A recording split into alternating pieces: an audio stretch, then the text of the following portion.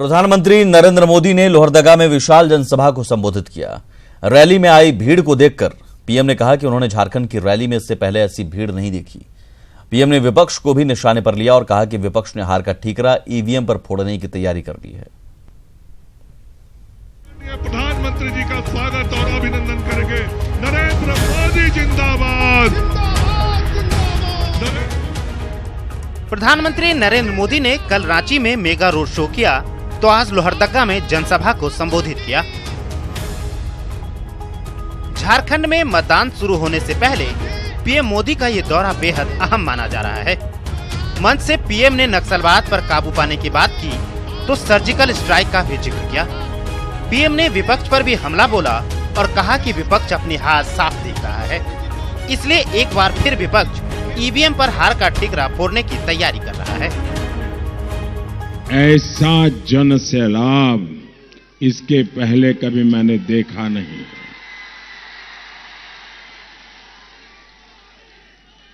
और लगता है ये लहर नहीं है तो ललकार है। जितनी गालियां मोदी को देते थे, अब कल से उन्होंने ईवीएम को गालियां देना शुरू कर दिया है। अपनी नाकामी का, अपने पराजय का ठिकरा ईवीएम पर फोड़ने की तैयारी कर ली है भाई। पाकिस्तान को उसी की भाषा में जवाब यही आपके चौकीदार की सरकार ने किया है। तो ये मोदी है, उसे पाताल से भी खोजकर ठिकाने लगाएगा। पीएम मोदी ने ऐलान किया कि चुनाव परिणाम घोषित होने के बाद खेतीहर मजदूरों और आदिवासी किसानों के लिए पेंशन योजना शुरू की जाएगी। फसलों के में मूल्य वृद्धि के लिए देश भर में वन धन केंद्र भी बनाए जा रहे हैं। हमारी सरकार ने बांस से जुड़े दशकों पुराने कानून को भी बदल दिया है।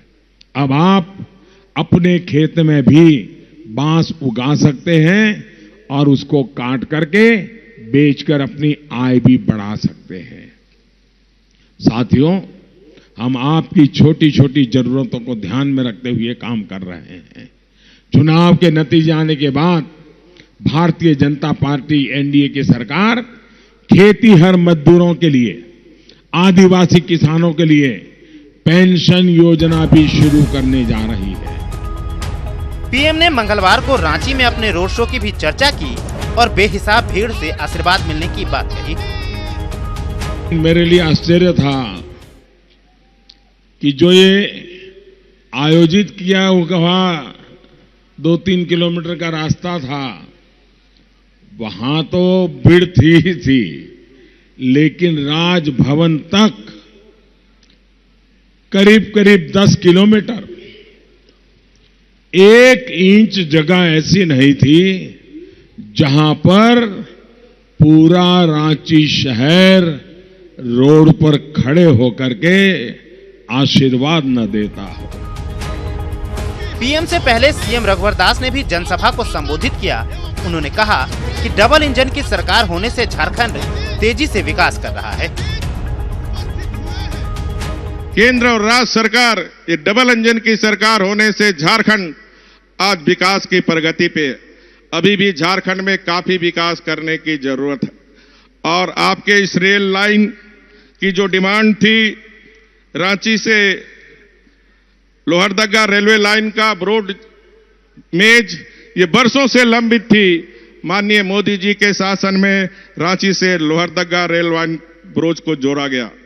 राजधानी रांची एक्सप्रेस को रांची से लोहरदगा चलाने हेतु इस पर भी हमारे जो रेल मंत्री है पीयूष गोयल से बात हुई है। अगर इस पर कार्रवाई होगी। झारखंड की 14 सीटों में से 13 पर बीजेपी चुनाव लड़ रही है और 1 सीट आजसू को मिला है। सुबह में पहले चरण का मतदान 29 अप्रैल को लोहरदगा, चतरा और पलामू में है। न्यूज़ 18 के लिए लोहरदगा से राजेश कुमार की रिपोर्ट। और इस वक्त रांची में बीजेपी की प्रेस कॉन्फ्रेंस चल रही है, सीधे रुख करते हैं। उनको राजनीतिक सहयोग देने का भी काम किया। इन कांग्रेसियों तो उनको हत्या कराने की भी साजिश रची थी। मेरे पास ये इतिहास के पुस्तकों में इस बात का प्रमाण है।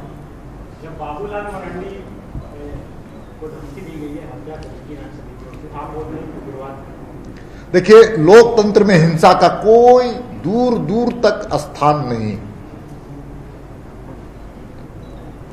किसी भी राजनीतिक दल, राजनीतिक नेता या सामाजिक या आम नागरिक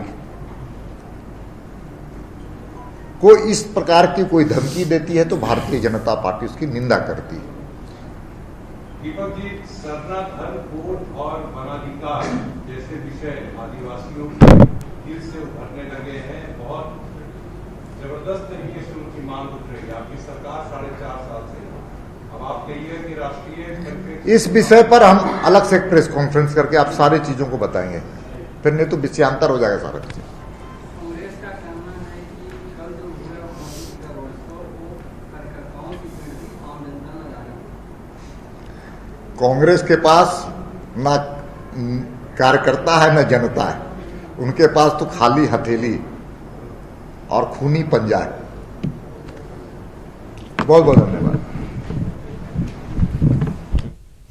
इससे पहले पीएम के दौरे पर जेएमएम ने बीजेपी पर हमला किया। पार्टी कार्यालय में हुई संवाददाता सम्मेलन में जेएमएम नेताओं ने पीएम मोदी के रोड शो और लोहरदगा की सभा को फ्लॉप बताया। साथ ही प्रधानमंत्री के विकास के मॉडल पर सवाल उठाए। प्रधानमंत्री जी रांची आए थे, तथाकथित एक रोड शो भी हुआ, धरती आबा को भी उन्होंने नमन किया, और आज जब लोहरदगा में गए तो वहां उन्होंने जनसभा को संबोधित करते हुए एक नई बात कही। जो खाली कुर्सियां वहां पर थी उनको संबोधित करते हुए उन्होंने कहा। वहीं कांग्रेस प्रवक्ता राजीव रंजन के मुताबिक बीजेपी जान चुकी है कि जनता उसे नकार रही है, इसलिए इवेंट मैनेजमेंट से चेहरा चमकाया जा रहा है। वहीं लोहरदगा में पीएम के भाषण पर भी तंज कसा।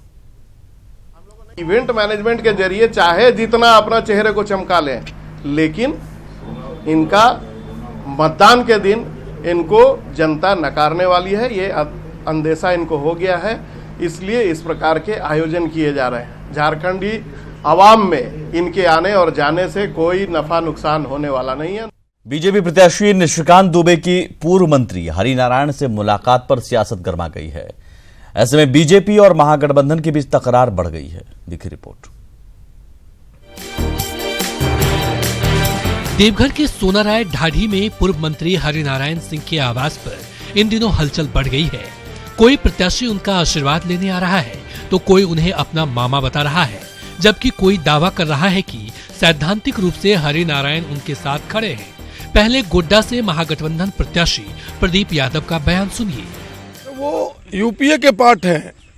अब कोई व्यक्ति उनके दरवाजे पर जाएगा तो कोई किसी का, हमारे दरवाजे पर भी कोई आएगा तो हम तिरस्कार नहीं कर सकते, चाहे वो कैंडिडेट क्यों ना हो। अगर मेरे दरवाजे पर पहुंच जाए और उसी को अगर वो मैनेज करके अखबारों में लिखवा दे, जो उनकी पुरानी आदत है, अपने व्हाट्सएप में, अपने फेसबुक पर डाल दे, ये आज उनको कुछ मिल नहीं रहा है। बस इन्हीं चीज़ों को करके केवल किसी तरह जिंदा रहना चाहते हैं जनता के बीच।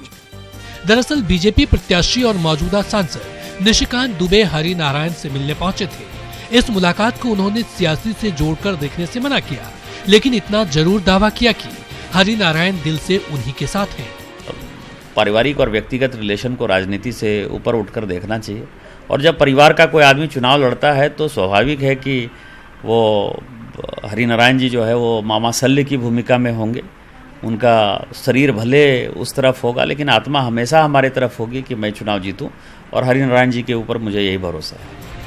हालांकि हरिनारायण किसके साथ हैं, आप ये उनकी बातों से समझ जाइए। अभी गठबंधन में है, और सारे लोग अगर हरि जी को कहते हैं कि हमारे हैं तो हरि जी सबके लिए हैं, लेकिन बात है कि जहाँ तक उनको राजनीति करने का जो उसका अपना जो तरीका है, वो अपने तरीके से वो करते हैं। राजग या फिर महागठबंधन, दोनों के प्रत्याशी अपने अपने तरीके से पूर्व मंत्री को अपना बनाने पर तुले हुए हैं। लेकिन पूर्व मंत्री के कहने पर कौन किसका किसे साथ देता है, ये तो चुनाव के परिणाम बताएंगे। फिलहाल जिस तरीके से समीकरण आए दिन बदल रहे हैं, उसमें पूर्व मंत्री के भूमिका को नकारा नहीं जा सकता। कैमरा पर्सन केडी के साथ मैं मनीष राज, न्यूज़ 18 देवघर। और इस बुलेटिन में इतना ही।